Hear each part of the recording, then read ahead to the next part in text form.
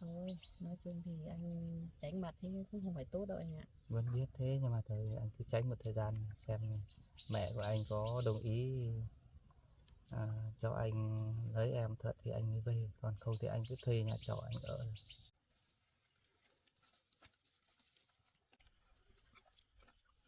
Ngon đấy, phải không?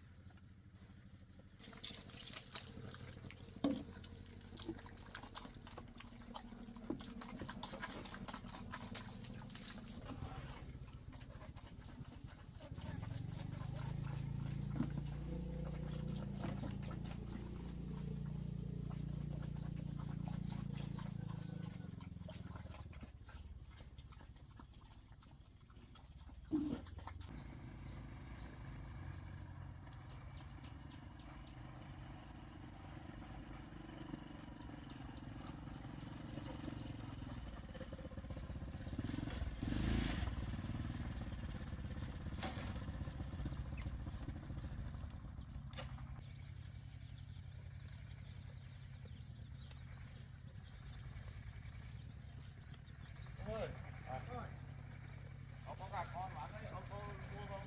Không mua đâu, nhà có nhiều không mua nữa.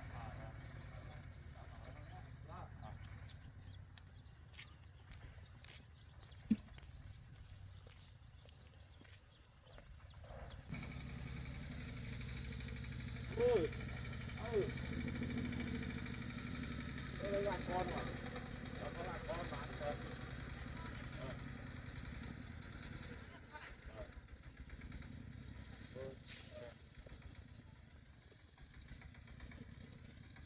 Không muốn mua tí về nuôi ấy. Đẹp lắm ạ. Bao tiền con? Này cháu bán 5.000, 5.000 một con. Gà màu trắng. Màu vàng thường như mình đấy.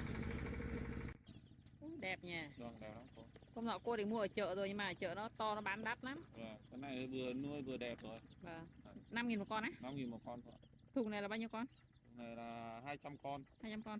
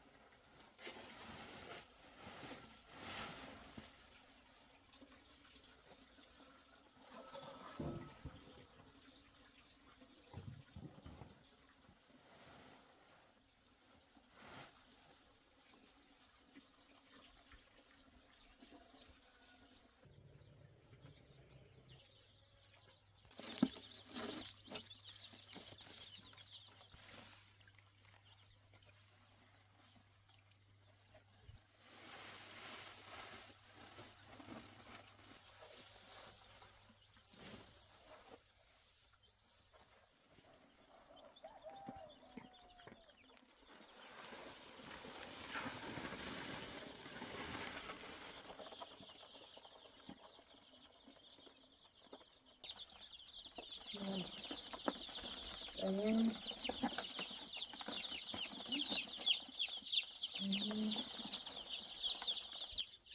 Thích quá em bé. Đây. Đây. Đây. Đây.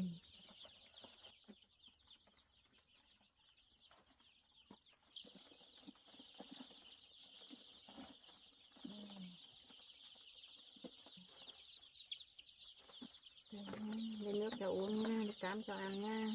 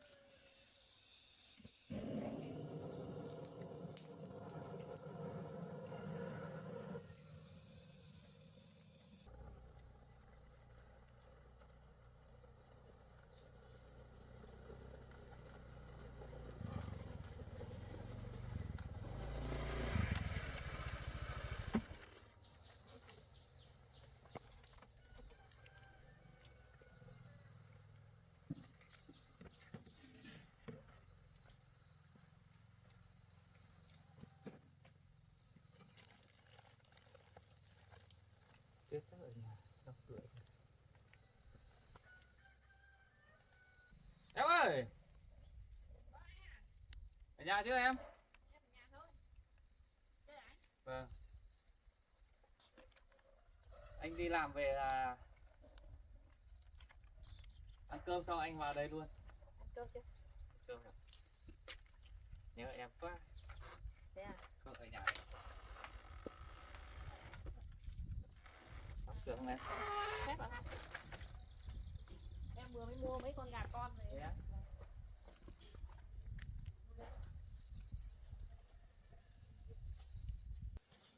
Em vừa mới mua mấy con gà. Thế á? Vâng, có thằng em nó về bán. Vừa mới mua gà. Dạ vâng. Mua nhiều. 200 con.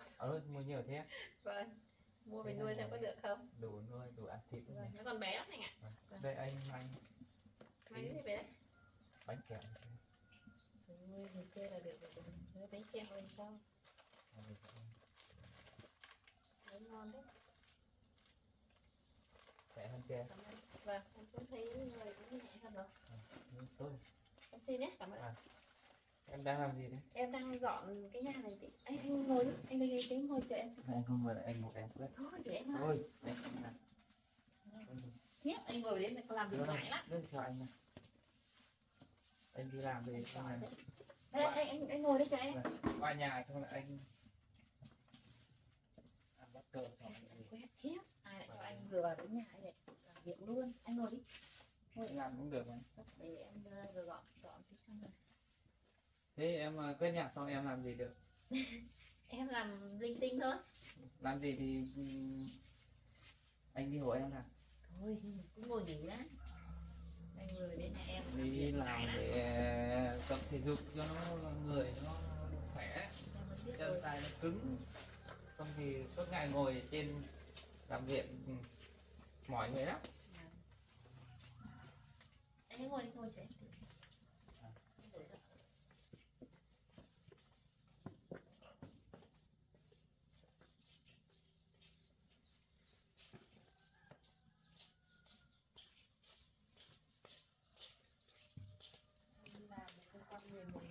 Đầu óc mệt mỏi của mình rơi chứ.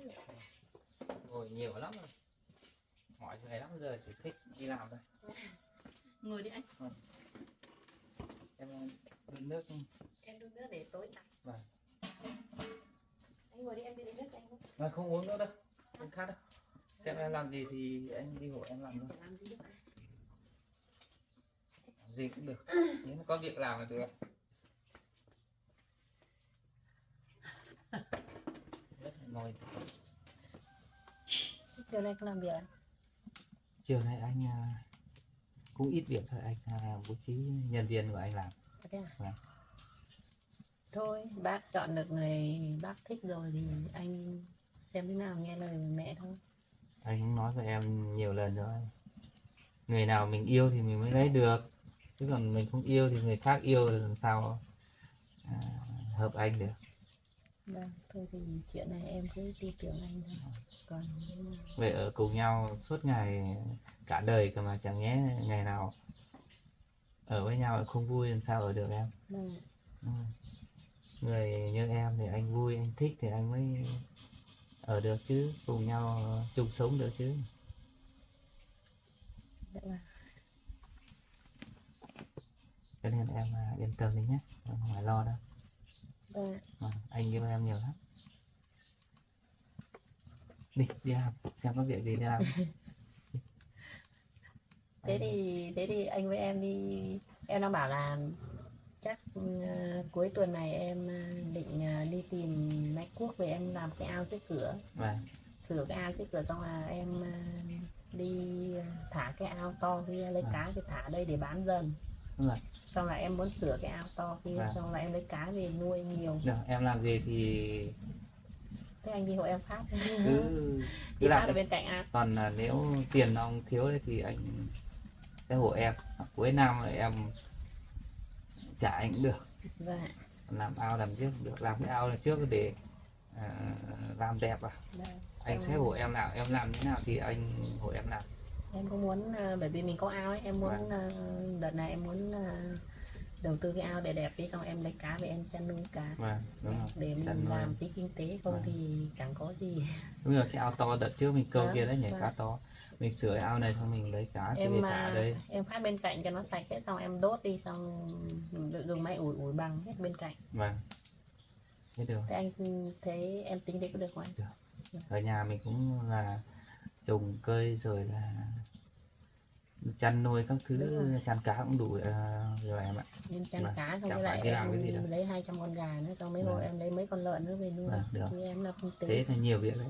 Vâng. Em cứ làm thì còn thiếu tiền nong vốn thì anh đưa em trước, xong là cuối năm mà bán bưởi trả anh cũng được, Dạ vâng. mà không giả thì bằng anh góp vốn ở đây. Thôi em không dám Nhỉ? lấy gì anh của anh không nên ngại. Góp vốn ở đây mai trả gốc cho anh cũng được, anh không lấy lãi. Anh quần áo của anh còn ở đây này, Vâng. mấy bộ liền. Anh không mang về à? Không, quần áo đây vẫn còn, anh không mang về làm gì. Ở nhà toàn ngồi ở trên có phải mặc quần áo lao động đâu, còn về đây mới đi lao động chứ. Với lại vào nhà chồng nhà mẹ thì mới làm. Vâng. Thế thì anh phải đi hội em. Vâng. Đi nhỉ? Vâng. Anh cứ thay quần áo nhé, quần áo của anh Lại ở bên dùng hè. cái máy phát của đợt trước nhỉ. Vâng.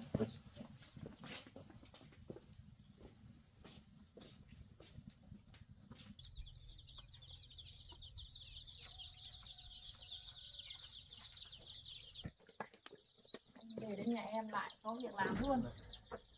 Việc làm mình thích đấy em ạ. Đây là gà em để Em mua gà nhé. Ô, nhiều thế nhỉ. 200 con này. Này là mai đủ nuôi đấy. Vâng. Có nuôi nhiều để bó bán. Vâng. Để em nào lại mang đi chợ bán. Vâng. Có đây.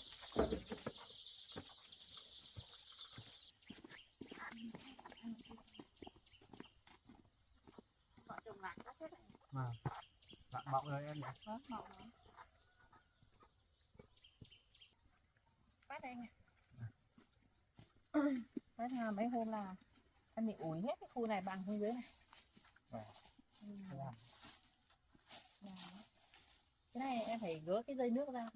Không cần gỡ đâu, tí phát qua xong là ấy. Vâng, vâng, vâng. Thế thì em Phát từ đây vào trong thôi nhỉ. vâng, phát cái dây Khu này không quá lại. cái này cái nước phát ra. Ừ. Lắp lại cho anh nhé. Thì anh làm được. Em muốn đợt này muốn đầu tư tí cá để nuôi. Lần nào cũng ở nhà thì Bởi chăn vì cá, là- chăn lợn, chăn gà. Bởi vì nhà mình có ao ấy, mình không làm em cảm thấy nó phí lắm.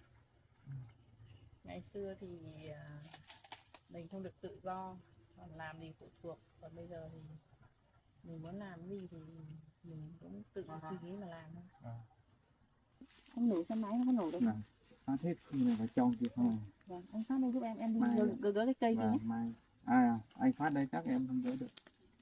Sợ bắn. Thì bây giờ em phải gỡ trước. Em xem cái nào gỡ được thì gỡ.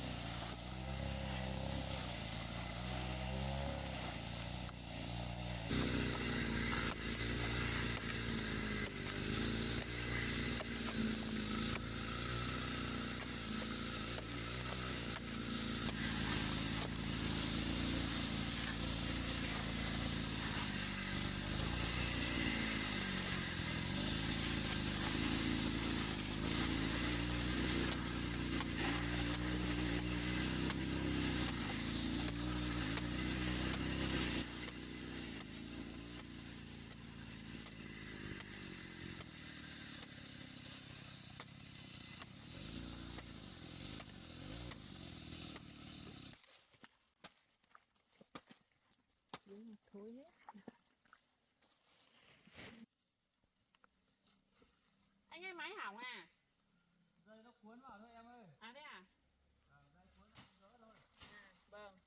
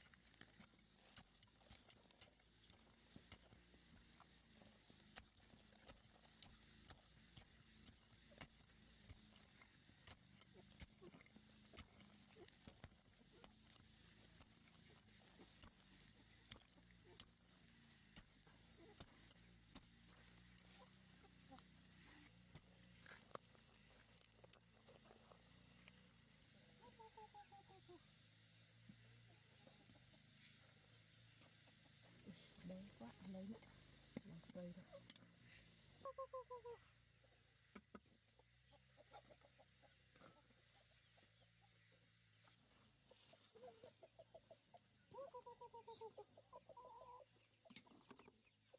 Cam.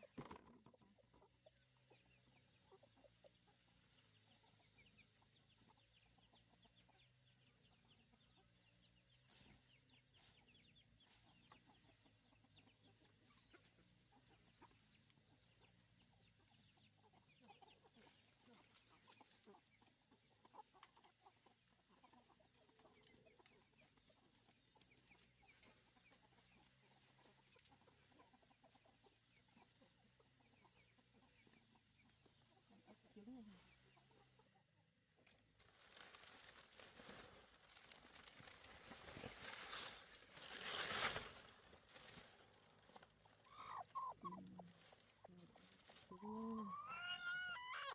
Ôi có 4 quả.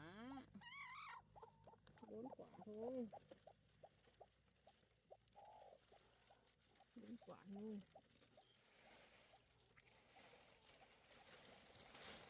Cho ra không nhiều.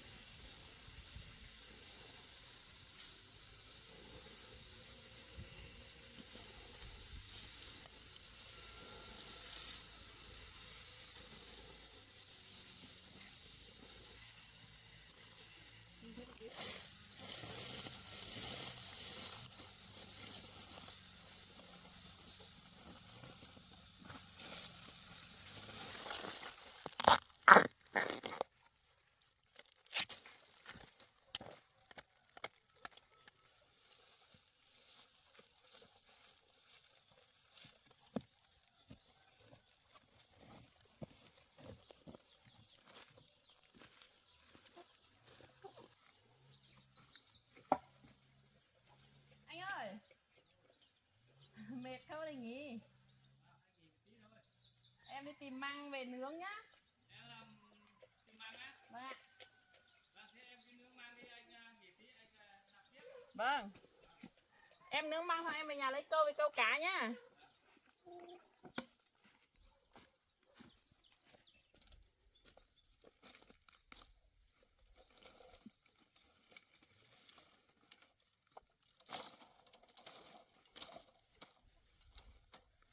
Bật lửa đó, hết câu đó.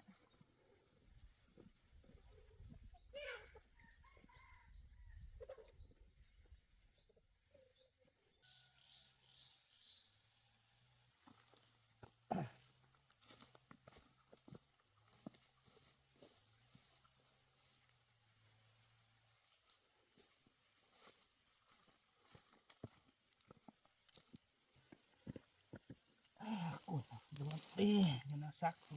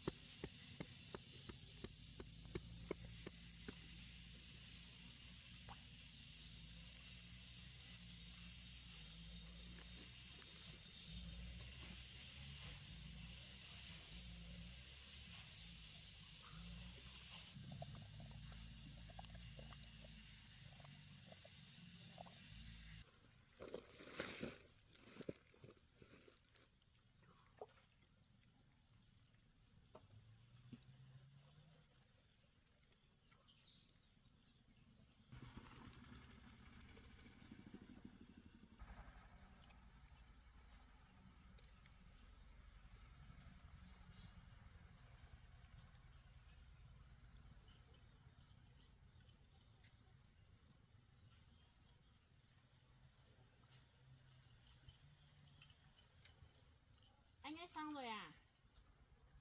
Em Xong rồi à? không rồi em ạ. Em câu cá. Câu cá. Vâng. Em nướng măng rồi đấy, nhưng mà em chưa được xem biết chín thì em câu cá đấy. Nước cà măng à? Và anh mệt đâu, anh nghỉ đi. Xong rồi không? Cảm ơn anh nhiều nhé. Vâng. Tôi đây câu cá nghỉ đây anh. Mệt đâu? Anh nói phải áo ngoài ra.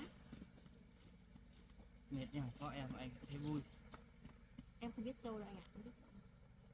Em lấy cái lá về trải được dưới. Nó ấy này.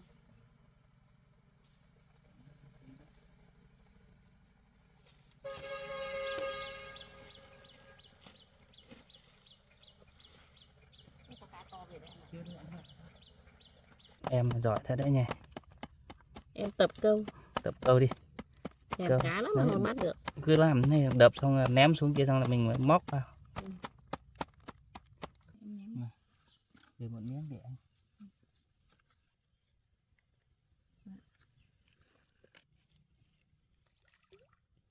Đấy. Tí nữa về ăn cái kia là vời chơi. Để anh móc sẵn. Không biết làm, em không biết câu mấy đâu. Móc sẵn nào. Đấy, câu sắn này nếu cá chấm ăn thì được còn to đấy. Vâng. Cá to lắm anh ạ. Vâng. Anh kéo ra đây nhỉ. Nhá. Vâng. Đấy, Đi cái ra chỗ kia này. anh đi đặt đi. Vâng, em mới đặt xuống. Rồi, tí nó về là Anh ngồi nghỉ nhé, em đi xem măng chín kìa. Vâng.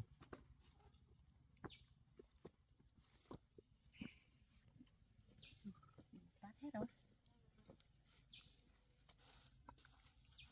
Chín kìa.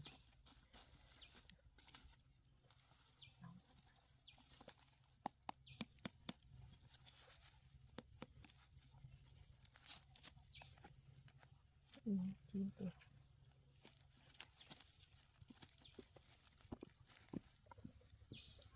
Em tìm được cá măng thế hả?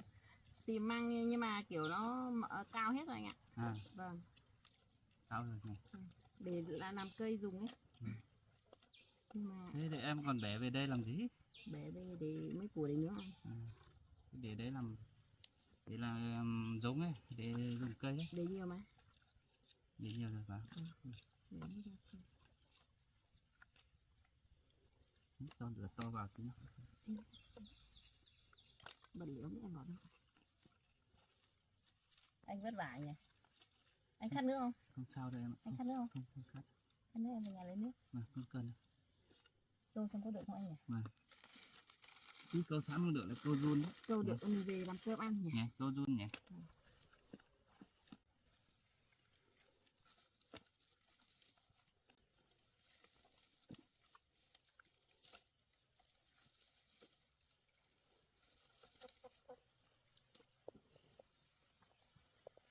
Gà cộc trên.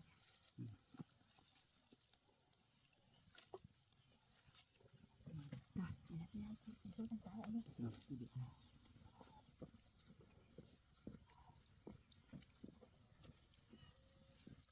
Anh ở nhà trọ dạo này thế nào anh? Vâng, bây giờ anh chắc ở thuê nhà trọ riêng rồi. Ở thì nó thoải mái hơn. Thế anh sao không về nhà ở đi? Sao anh tội gì phải đi ở thế? Ở nhà anh thì anh cũng muốn lợn đi một thời gian em nghĩ nào. Thôi bác nói gì thì nói, mình làm đạo con thì mình cũng vẫn phải thông cảm cho bác thôi. Nói chung thì anh tránh mặt thì cũng không phải tốt đâu anh ạ. Vẫn biết thế nhưng mà anh cứ tránh một thời gian xem mẹ của anh có đồng ý cho anh lấy em thật thì anh mới về, còn không thì anh cứ thuê nhà trọ anh ở. Nhưng mà em cũng không muốn là vì chuyện của em mà anh lại với mẹ lại tình cảm nó lại không được tốt như thế thì em cũng thấy buồn lắm. Cho nên là em cũng khuyên anh là anh nên về nhà ở. Nếu em theo ý em thì nói thế thì nếu theo chiều được ý mẹ là bắt buộc mẹ anh phải bắt anh bỏ em đấy. như thế cả, không yêu em, không lấy em, không cho anh đến với em cả thì mới vừa ý của mẹ cả.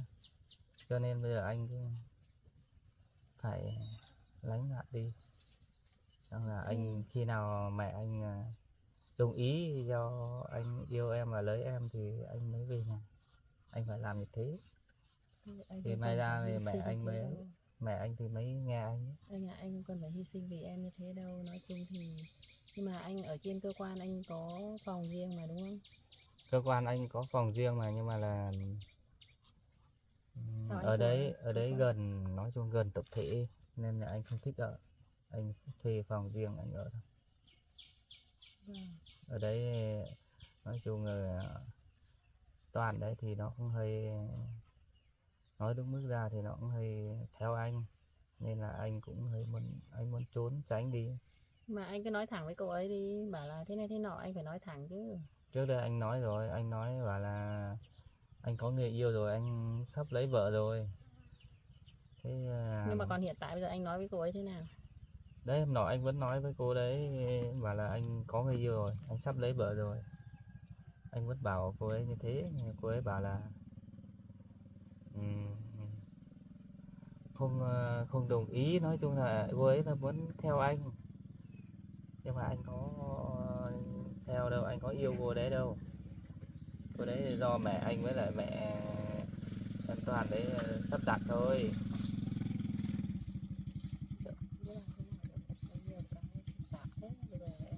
cho nên là cho nên là anh mới không ở nhà anh. Nói chung thì tất cả mọi chuyện thì mình cũng vẫn phải từ từ thôi anh ạ. Thôi nói chung anh cứ bình tĩnh. Nói chung em thấy anh hy sinh vì em nhưng mà em cũng thấy sợ anh vất vả lắm. Và sợ mẹ con anh lại từ mặt nhau thế này thì em cảm thấy có lỗi quá. Em không lo điều đấy, anh tất cả vì em hết, nên là anh, nếu như mẹ anh không đồng ý thì anh không về. Thế nào Thôi bây giờ cái này mới là tùy anh thôi, em cũng chỉ biết khuyên bảo như vậy thôi. Các anh ngồi đây nhé, em đi lấy măng đấy nhé. em xem mang kín tiếp. Ui, chán quá.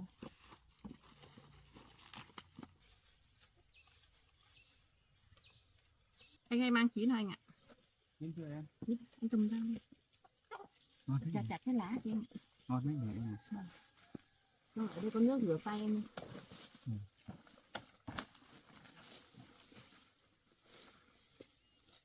Này, có nước ở đây luôn. Đi.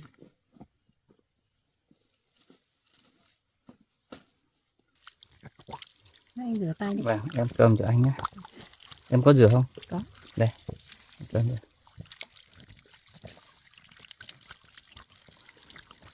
Đây em trắng này. Tay con gái. Ôi, ăn thử măng nướng này, lâu lắm rồi. Măng nướng này, nướng ngon đấy. Đây nhỉ. Vâng, Mẹ em quên không mang muối. để ăn thế cũng được.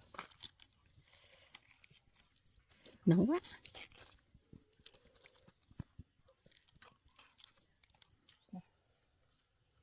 Anh thử đi. Vâng. Ngon không? Ngon đấy nhỉ? Ngon này. Của em đó.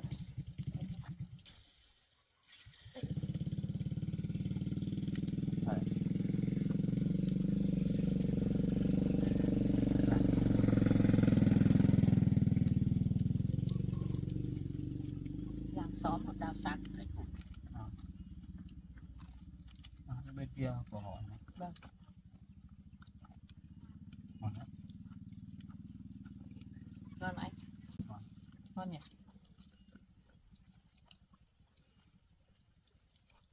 Em rửa anh lo. Đi làm cùng nhau thì vui lắm. Anh được ăn măng nướng nữa. Nó cao hết rồi. Vâng. Con em làm nhiều cao hết.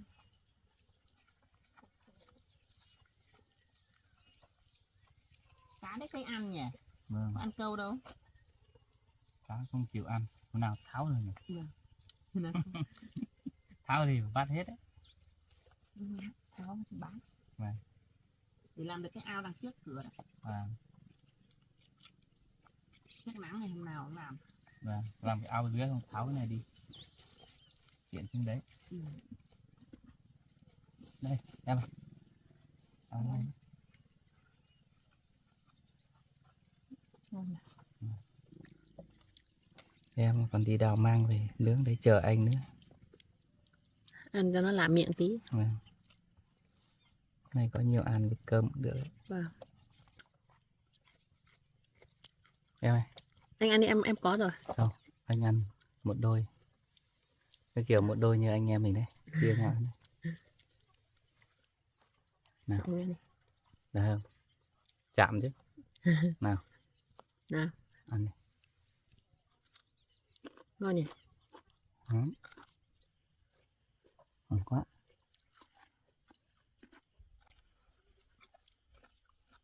Ngon. Đấy. Rồi vẫn còn. Thế ăn phần của em đấy. Ăn rồi.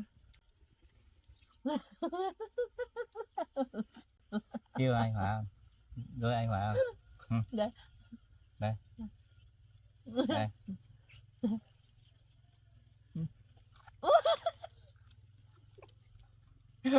Anh lừa em à? Này, giờ anh là chào em.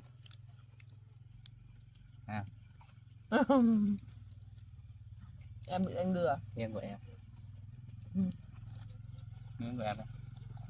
Quá. Ngon thật đấy. Ngon được. Chiên hết rồi. Hết rồi. À nhưng mà để em bảo để làm giống nhỉ? Nó cao hết rồi. Cao rồi. Ngon không? Ngon đấy. Thích thật. Anh ăn đi. Em ăn đi.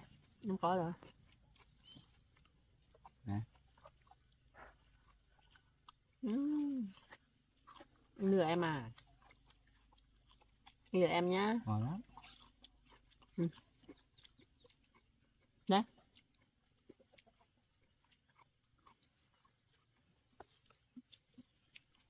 Đây. Ừ. Ừ.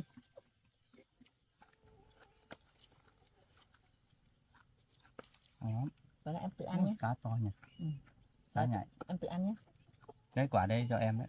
Em á? Vâng. Anh Hoa này.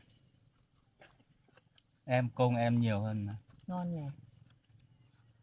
Công của em nhiều hơn em. Dạo này anh ngủ phòng trọ. Có phải em toàn nhắn tin không đấy? Nhắn tin là anh không trả lời. Ôi trời ơi, vậy còn thế nữa à? Vì thật anh không thích em đấy. Em kêu anh thôi. Anh nói thật em mà. Em thấy anh buồn buồn em nói kêu anh thôi. Em xin lỗi em kêu anh tí. Không sao. Em kêu anh để anh vui vui thôi nhé.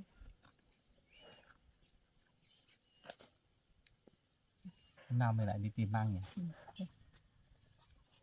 Đây.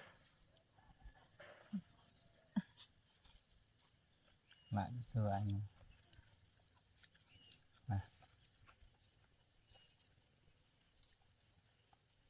Không bị lừa đâu. Không bị lừa nữa đâu. Không phải có hết. Bắt nói Nó mà. không ăn câu nhỉ. Vâng. Đúng.